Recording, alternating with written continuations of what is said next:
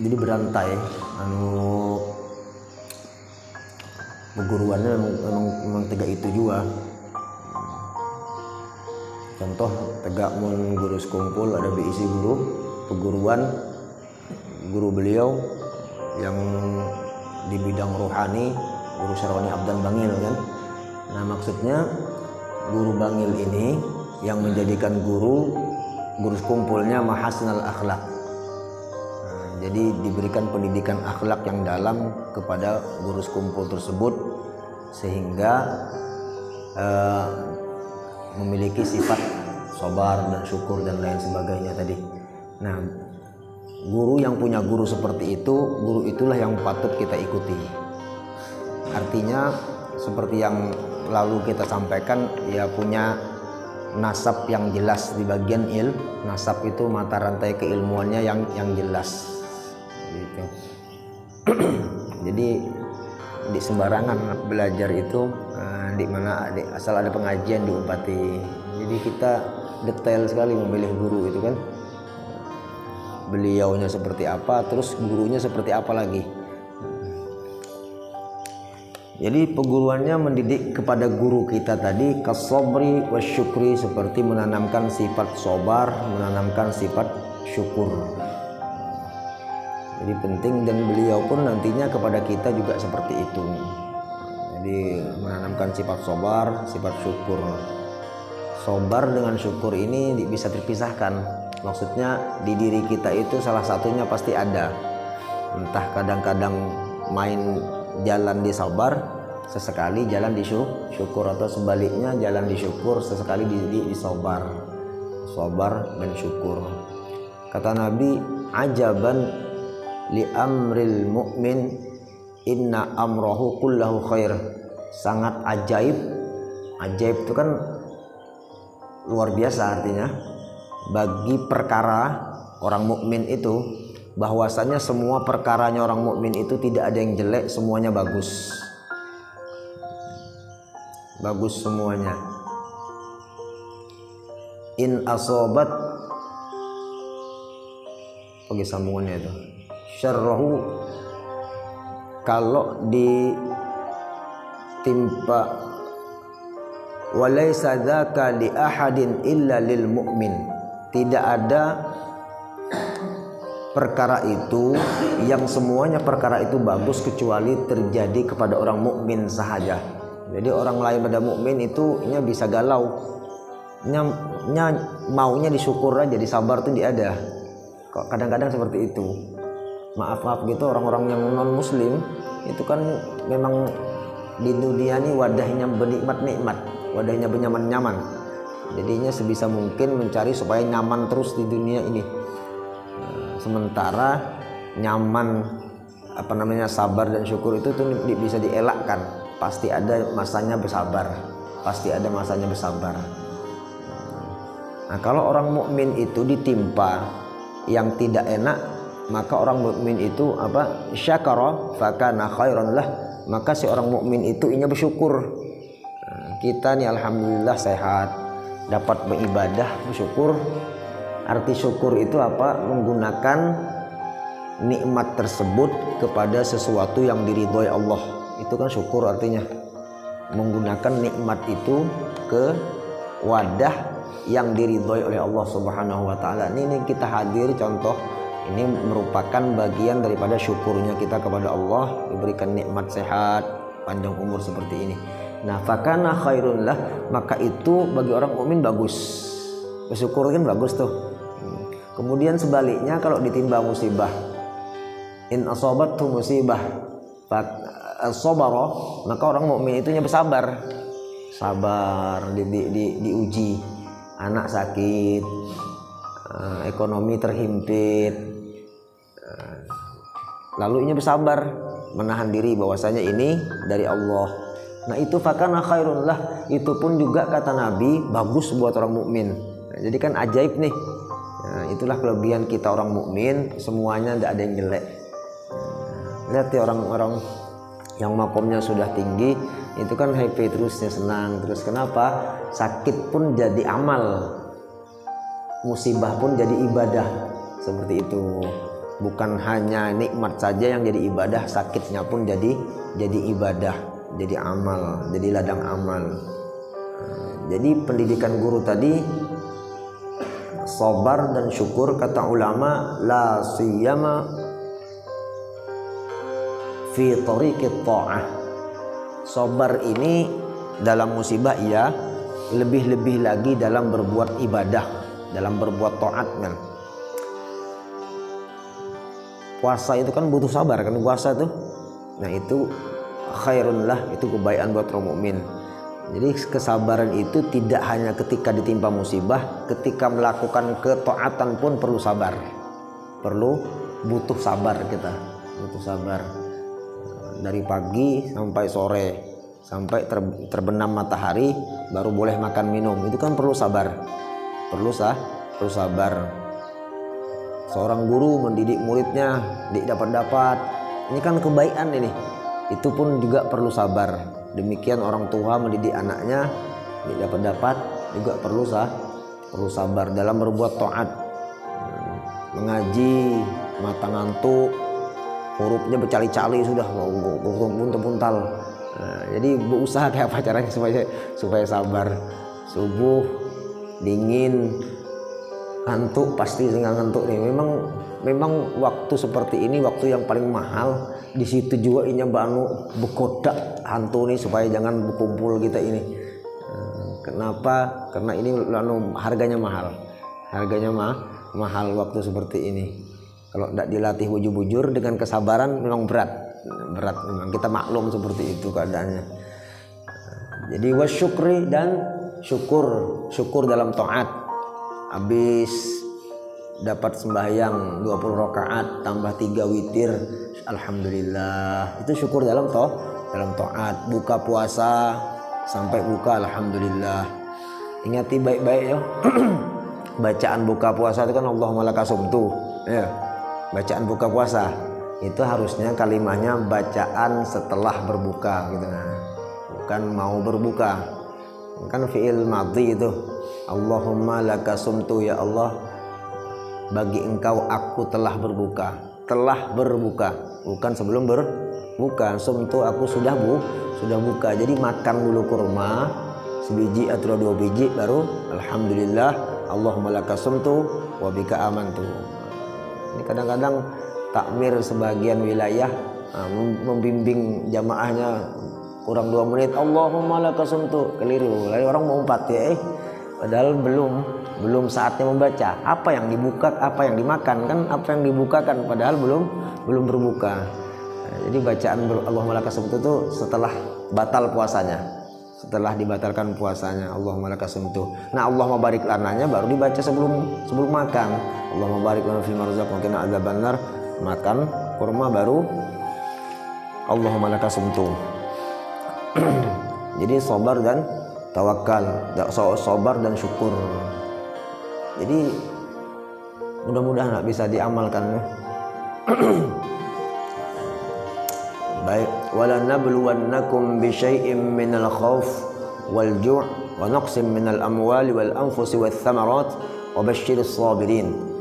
Kami menguji, kata Allah, akan kalian bi syai'in minal khauf, sedikit daripada ketakutan. Jadi ketakutan itu, takut itu memang ujian dari Allah, dan itu pun tidak full takutnya.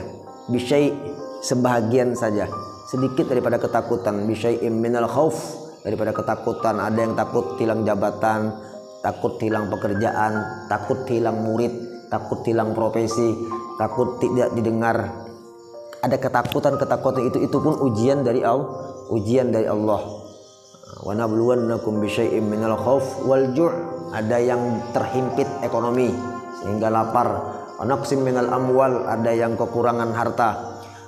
Wal anfus, fisik, ada yang diuji, orang diuji lengkap, pendengaran kurang. Orang mata sehat, mata jelas. Kekurangan fisik, kekurangan was thamarat, wa naqsim minal amwali wal anfusi wath thamarat, ada yang juga diuji dengan kekurangan pangan, terutama buah-buahan. Jadi diuji dengan kekurangan buah-buahan. Wa basyiris sabirin, kata Allah, ingati orang yang sabar itu bakal dapat kegembiraan nantinya. Wat tawakkul, sudah kita jelaskan kemarin, tawakal berserah diri kepada Allah. Kemudian wal yakin, yakin dengan zat sifat af'alnya Allah. Wasyakhawah, si guru ini pemurah orangnya. Wal qanaah, kaya hati, merasa cukup dengan apa yang diberikan oleh Allah Subhanahu wa taala. Wa tuma'ninatin nafs, dan tenang diri, maksudnya tenang hati.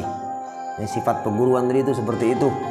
Wal hilm, hilm ini bisa bijaksana, bisa penyantun orangnya. Wat tawadhu', rendah, bukan sombong. Kemudian wal ilmi was sidqi, alim, jujur. Wal haya, pemalu dalam melakukan maksiat, malu tidak mengerjakan perintah. Wal wafa, setia. Wal waqar, tenang guru itu. Was sukun, sama. Wat ta'anni, santai orangnya, bukan gerusuh gerasah. Wa amsalihha, dan seumpamanya. Nah ini cirinya. Fahuwa, si guru itu, idzan, kalau dia memiliki sifat yang telah kita sebutkan tadi, dengan yang kemarin, kurang makan, kurang tidur, kurang bicara, banyak sholat, banyak sedekah, si guru tersebut kalau memiliki sifat itu, nurun min anwarin nabiyyi sallallahu alaihi wasallam, itu artinya dia memiliki sifat atau memiliki nur Nabi Muhammad sallallahu alaihi wasallam. Kenapa? Itu pakaian Nabi semuanya. Sabar pakaian Nabi, syukur pakaian Nabi. Apalagi sedekah pakaian Nabi, banyak sembahyang pakaian Nabi. Pemurah pakaian Nabi, pemalu pakaian Nabi. Jujur pakaian Nabi. Orang yang berpakaian seperti itu maka dia dapat nur dari Nabi Muhammad sallallahu, memiliki nur Nabi Muhammad. Yasluhul iqtida, maka guru seperti itulah yang patut sekali untuk ditiru. Bihi, walakinna wujuda mithlihi, tetapi adanya guru seperti itu nadir, a'azzu minal kibritil ahmar, sangat jarang sekali didapati guru seperti itu. A'azzu minal kibritil ahmar, bahkan dicarinya lebih susah daripada kibrit itu yakut. Yakut, kalau yakut biasa warnanya apa? Hah? Hijau? Hah? Kuning? Yakut. Nah ini yakutnya merah, artinya langka, permata. Nadir, a'azzu minal kibritil ahmar, bahkan lebih susah dicari daripada yakut merah, dan harganya lebih mahal daripada itu. Kalau guru itu ada dan sangat langka sekali. Imam Ghazali mengatakan sudah berapa tahun yang lalu, apalagi saat ini menemukan sosok guru seperti itu sangat jauh sekali. Tapi ingat ya, ingat, ini namanya guru murabbir ruh, yang memimpin ruhaniyah kita. Kita ingati aja pesan guru sekumpul, kalau kesusahan mencari guru seperti ini. Saya dulu masih di tahun 2002 masih aktif belajar di sekumpul. Guru sekumpul rancak menceritakan tentang Syekh Murabbi Mursyid, guru yang mendidik ruh ini. Saya sering berdoa minta kepada Allah untuk diberikan seorang guru seperti ini. Pasti ada jalan seperti itu doa. Nah kata beliau, kalau memang tidak menemukan, maka perbanyaklah sholawat. Sholawat itu yang menjadi gantinya guru murabbir ruh.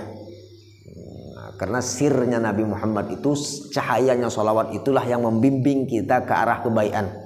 Akhlak kita terpuji, malas kita hilang, sabar kita muncul, syukur kita ada ke dia. Itu gara-gara sholawat. Karena sholawat ini multifungsi faedah. Semua faedah kebaikan itu ada di dalam sholawat tadi itu. Jadi banyak sholawat dan istiqomah kontinu. Ini jalan terakhir sudah untuk menjadikan guru. Jadi menjadikan guru yang membimbing nanti Rasulullah langsung sudah. Karena orang lagi bersolawat itu ruhnya bersatu dengan ruhnya Nabi Muhammad salatan yattasilu biha ruhul musalli alaihi bih. Jadi penting sekali. Intinya apa? Kita wajib punya guru. Wajib punya guru jasmani ataupun ruhani. Kalau jasmani nyata orangnya nampak. Kalau ruhani Ini susah dicari. Imam Ghazali seorang memadahkan susah, sulit dicari. Maka untuk menggantikan posisi itu kewajiban kita untuk mengamalkan sholawat tadi itu. Banyak sholawatnya, banyak sholawatnya. Jangan 300, 3000. Jangan 3000, 30.000 kalau dihantam. Yang penting continue. Terus dibaca. Jangan pernah ragu dengan isi sholawat. Jangan pernah ragu dengan faedah sholawat. Jangan sekali pernah meragukan. Ini di mana-mana perguruan kita, ulama kita, habaib kita menjelaskan tentang faedah sholawat. Kenapa? Memang latan hasir, faedahnya ini tidak ada batasnya. Terlalu banyak faedah sholawat ini, terlalu besar. Jadi hingga mereka sering menceritakan tentang manfaat sholawat ini. Dan memang sholawat kebutuhan kita. Di mana kebutuhan kita yang paling nyata, bahasa Guru Sekumpul itu dia menjadi guru ruhaniyah kita nanti. Ini sangat penting sekali ya. Dan orang itu kalau memang rajin baca sholawat, hidupnya normal lah daripada orang yang lain. Normal maksudnya normal tuh orang galau nyandi, orang sakit nyandi itu nah. Karena dikontrol oleh perguruannya tadi itu, Wa man sa'adathu sa'adah fawajada syaikhan kama dzakarna wa qabilahu syaikhu fayanbaghi an yahtarimahu zahiran wa batina. Orang yang mendapat keberuntungan, fawajada syaikhan, maka dia menemukan guru tersebut, guru yang kita jelaskan kemarin. Dia menemukan guru itu, wa qabilahu syaikh, dan guru pun menerima dia sebagai murid. Intinya apa? Guru ini masih pilih-pilih murid juga, memang tidak semuanya diterima, dan dia diakui sebagai murid. Fayambaghi an yahtarimahu zahiran wa batina, maka si murid wajib menghormati zahir dan batin kepada guru tersebut. Hormat habis-habisan hormat, tunduk bujur-bujur tunduk. Amma ihtiramudz zahir, dijelaskan oleh Imam Ghazali, adapun cara menghormati guru secara zahir, secara nyata, fahuwa alla yujadilahu, jangan berdebat dengan perguruan, jangan berhuwal. Iya aja sudah, apa punya guru ikuti. Alla yujadilahu, jangan mujadalah, berdebat. Wala yashtaghila bil ihtijaj ma'ahu fi kulli mas'alah wa in 'alima khata'ah. Ini parahnya seperti ini ya. Dan jangan membawa hujjah. Bahwa hujjah itu setiap masalah, umpama ada yang sedikit khilafiyah lah, dihuwal oleh guru, si murid.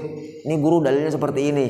Walaupun bukan hal yang khilaf, bahkan guru itu salah. Bahkan kata Imam Ghazali, guru itu salah, biarkan sudah itu. Karena suatu saat guru itu bisa ta'ammul, bisa berpikir dan ia menemukan. Artinya su'ul adab murid memberitahu kesalahan masalah itu tadi.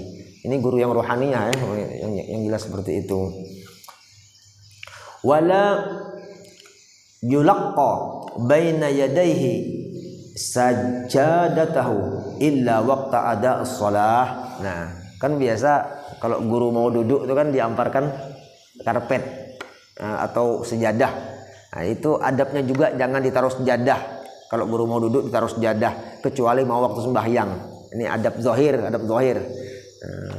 Kecuali guru mau sembahyang. Nah, itu sejadahnya diamparkan. Jangan dibiarkan guru sejadah mengampar seorang.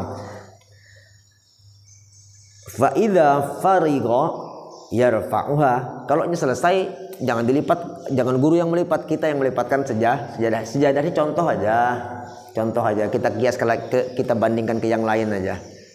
Seperti itu. Wala yukthira nawafil shalah bihadratih.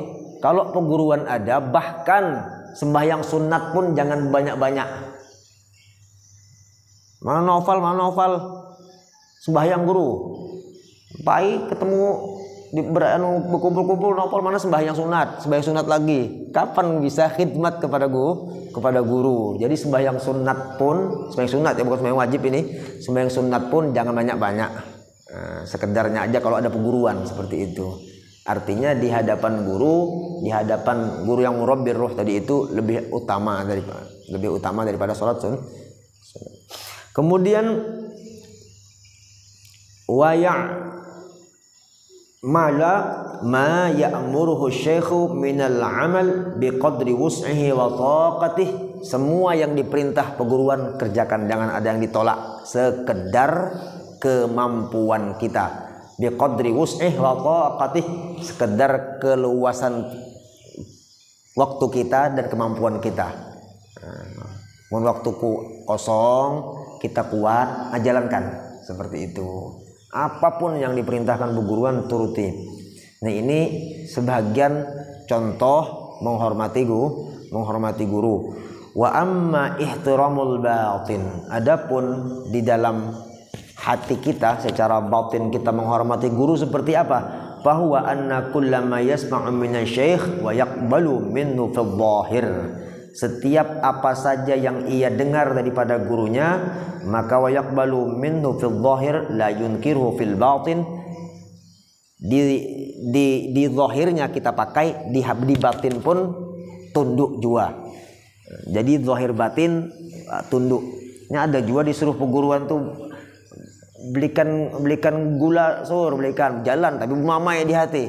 Kenapa ini suruh terus? Nah, jadi amalnya di luarnya jalan, di hati tunduk. Itu namanya menghormati secara batin. Sesuatu mat nelpon guru nih apa jua kah? Sesuatu mat disuruh lagi.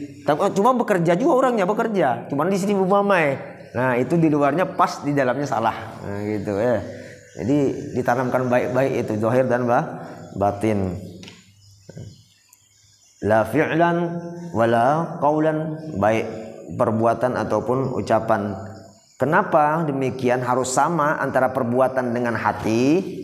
Li alla yuttasama bin nifaq, supaya tidak dicap, distempel, diberikan gelar status sebagai orang yang munafik. Kan orang munafik itu gitu tuh, berkumpul-kumpulnya pakai jubah jua, bersongkok jua, munafik, orang munafik. Nah, di luarnya dicacinya, kumpulan-kumpulan majelis, kumpulan-kumpulan sholawat, kumpulan-kumpulan orang di masjid itu kumpulnya bergaul juga di situ. Di luar dikisahkannya kejahatannya itu munafik. Nah, demikianlah adab dengan guru itu, zahir dan batin. Zahirnya memperbuat, di batinnya pun demikian. Wa illam yastati', kalau si murid tidak mampu, yatruk, tinggalkan suhbatah. Artinya jangan berparak guru. Kalau berparak guru artinya siap, ini sudah ready untuk khidmat, untuk membantu. Kalau nyanyi mampu, lagi demam kah, lagi kurang nyaman badan, nah jangan berparak. Yatruk suhbatah ila an yuwabiqa batinuhu zahirahu, sampai inya mampu mencocokkan antara zahirnya dan batinnya tadi. Zahirnya ingat, di luarnya tadi kan pekerjaannya.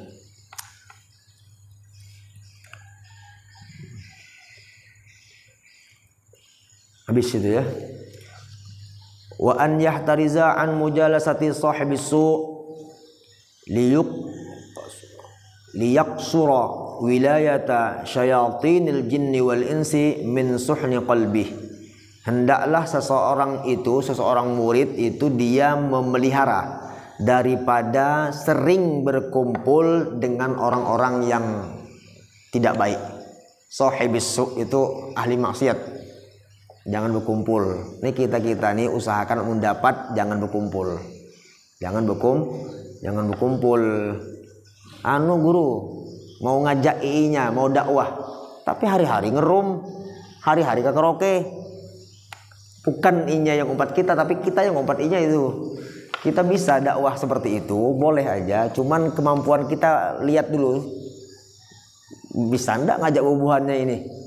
Kalau ndak bisa, doakan aja, cukup di luar aja. Ya Allah, mudah-mudahan berikan hidayah orang seperti itu. Jangan kita yang umpat ke situ. Ya, akhirnya bukan mereka yang ikut kita, tapi kita yang ikut mereka. Jadi an mujalasati sahibis su', jangan dikawani orang di baik itu, jangan dikawani. Dihindari aja. Baiknya berkumpulan kayak ini kan, berkumpulan nyamannya sehat kayak ini. Kenapa? Kata Imam Ghazali, liyaqsura wilayata syayatinil jinni wal ins, supaya terhimpit wilayah syaitan untuk menggoda itu berhalusnya. Kalau masuk ke sana tuh peluang syaitan lebih besar. Kalau kita berkumpul dengan orang yang baik, Nah itu peluang syaitan ini, orang nyabu dikawani, orang minum-minuman dikawani, orang di sembahyang dikawani juga. Tinggalkan itu, ditinggalkan, jangan diparai. Kisahnya dakwah mau ngajak, tapi inya seorang di sembahyang, yang tukang ajak nih tadi. Ya. Saya berapa kali ketemu orang itu, kenapa kita rajak ke situ? Mau bawa ibu buhannya supaya ndak ke majelis, tapi inya seorang di majelis, itu. Jadi bingung kita ya, jalur dakwahnya di mana? Masa orang mau disuruh, kan mungkin gitu. Ini alasannya mah supaya amannya di situ.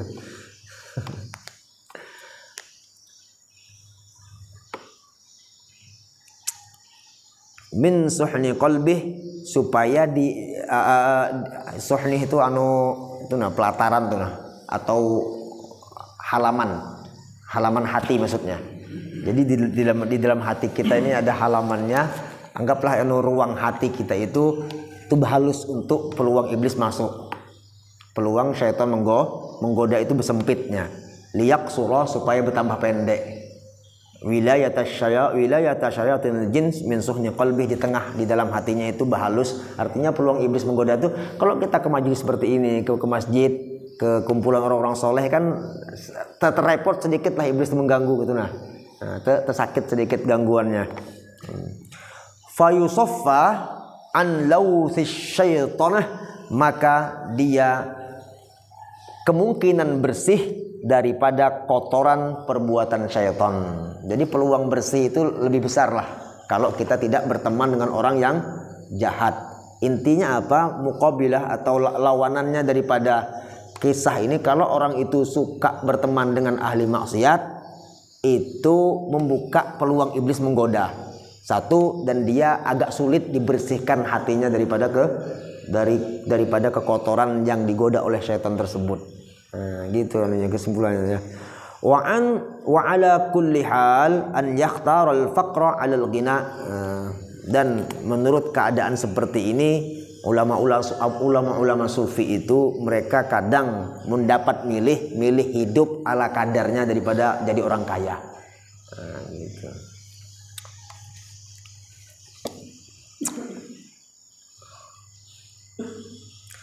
Thumma i'lam anna tasawwuf lahu khaslatan al-istiqamah was-sukun 'anil khalqi. Ketahuilah, kata Imam Ghazali, arti tasawuf tuh itu lahu khaslatan, dua sifat atau dua rukun. Pertama, rukun tasawuf itu al-istiqamah was-sukun 'anil khalqi. Makna tasawuf itu istiqamah dan tenang daripada makhluk. Kemudian famastaqama wa ahsana khuluquhu bin nas, orang yang istiqomah dan akhlaknya baik dengan manusia, bukan orang muslim, semua dengan orang baiklah. Wa amalahum bil hilmi, dan dia bergaul dengan bijak dengan orang muslim nih, baik bergaulnya. Fahuwa sufiyun, maka orang ini sudah dianggap sufi, ahli tasawuf. Jadi makna sufi itu seperti itu. Istiqomah dalam kebaikan, kemudian akhlaknya baik. Akhlak baik. Apa bahasa Seburus Kumpul?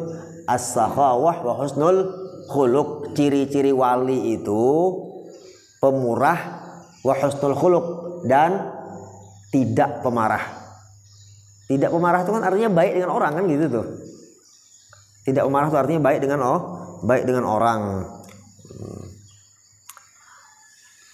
Di sini makna istiqomah hiya an yafdiya hadza nafsih li nafsih, membebaskan dirinya untuk dirinya, bagian dirinya untuk dirinya. Ini banyak pandangan ulama tentang makna istiqomah.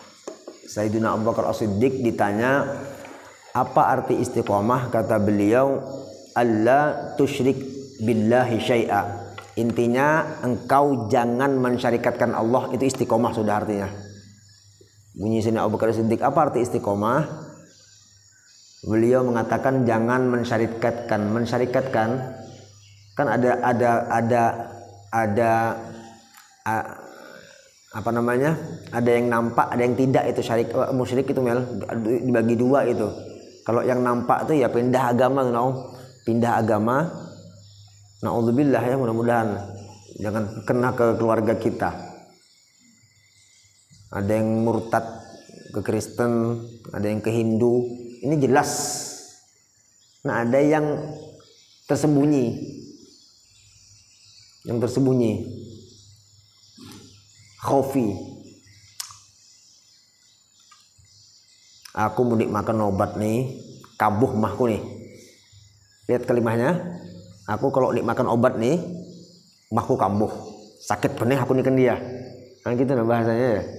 Inya lupa dengan Allah yang Allah yashfi, yang menyembuhkan tuh Allahnya lupa. Bahkan inya ditahu lagi urusan itu sudah. Inya tahunya di obat tuh malah yang menyembuhkan.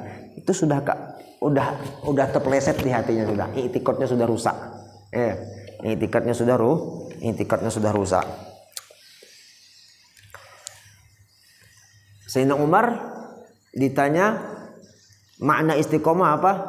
Antastaqima fil amri wan nahyi. Intinya engkau lurus saja dalam memperbuat yang diperintah dan meninggalkan yang dilarang. Itu istiqomah sudah. Kalau Abu Bakar As-Siddiq lebih luas kan. Yang penting jangan mensyarikatkanlah sudah. Istiqomah sudah. Kalau Sayyidina Umar yang penting engkau continue dalam melaksanakan kebaikan, meninggalkan larangan, ini orang yang istiqomah. Kalau mau masuk kategori ahli sufi tadi kan seperti itu. Terus Sayyidina Utsman ditanya makna istiqomah apa? Kata Sayyidina Utsman al-ikhlas. Satu aja, nyaman, simple, ikhlas, tenang, ridho dengan ketentuan Allah. Ikhlas sudah. Sayyidina Ali apa makna istiqomah, lupa gue Sayyidina Ali.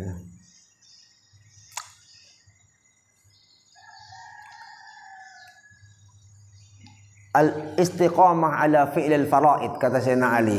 Continue selalu mengerjakan yang difardukan oleh Allah Subhanahu wa taala. Sembahyang di pernah libur, bulan puasa sebulanan, puasa zakat dibayari.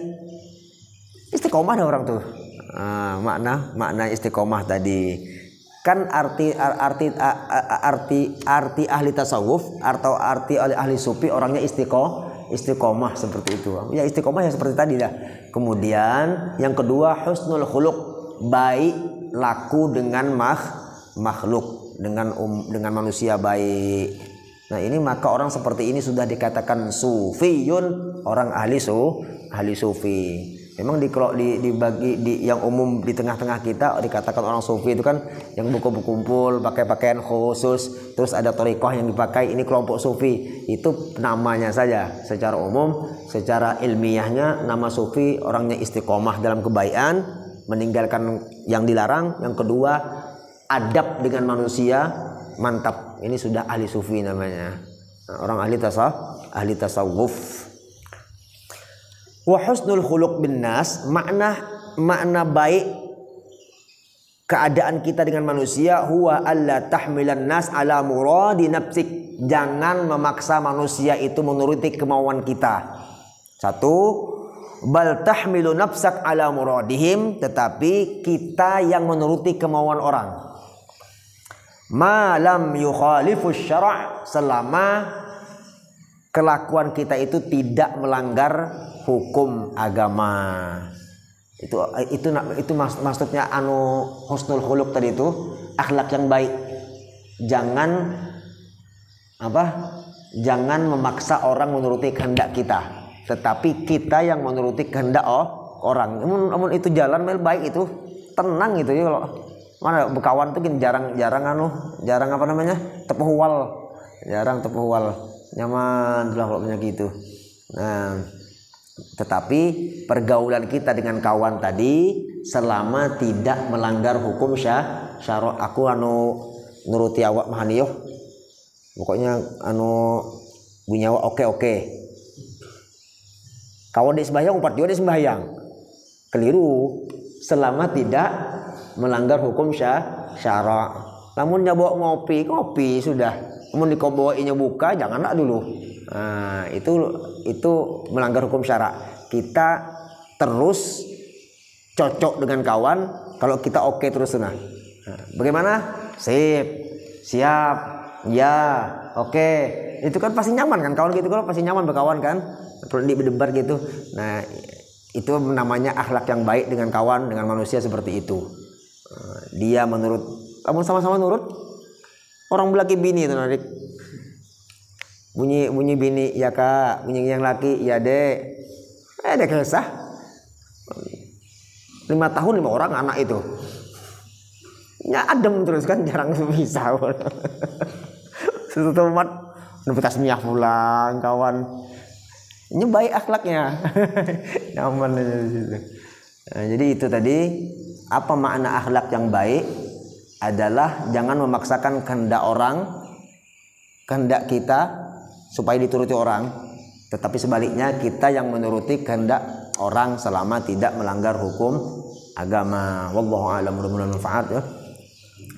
Itu saja, mudah-mudahan umur kita panjang dalam keadaan sehat wal afiah dalam taat ibadah kepada Allah. Mudah-mudahan rezeki kita ditambahi oleh Allah Subhanahu wa taala dalam berbuat taat. Mudah-mudahan dosa kita berkat Ramadan ini diampuni oleh Allah Subhanahu wa taala. Mudah-mudahan kedua orang tua kita masih sehat, mudah-mudahan diberikan panjang umur, dan yang sudah meninggal mudah-mudahan diluaskan kuburnya, dan mudah-mudahan kita semua terkumpul dengan Nabi di dunia di yaumil mahsyar sampai masuk surga bisrin Nabi wa alin Nabi. Al-Fatihah. A'udzubillahi minasyaitonir rajim. Bismillahirrahmanirrahim.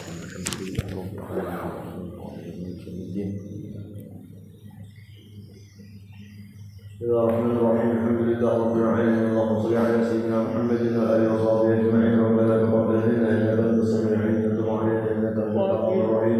Rabbana zalamna anfusana wa illam taghfir lana wa tarhamna lanakunanna minal khasirin. Allahumma inna nas'aluka husnal khatimah 'inda al-maut wa na'udzu bika min su'il khatimah wa syarril 'aqibah. Sallallahu alaihi wa sallam Muhammad wa alihi wa sahbihi. Alhamdulillahi rabbil alamin.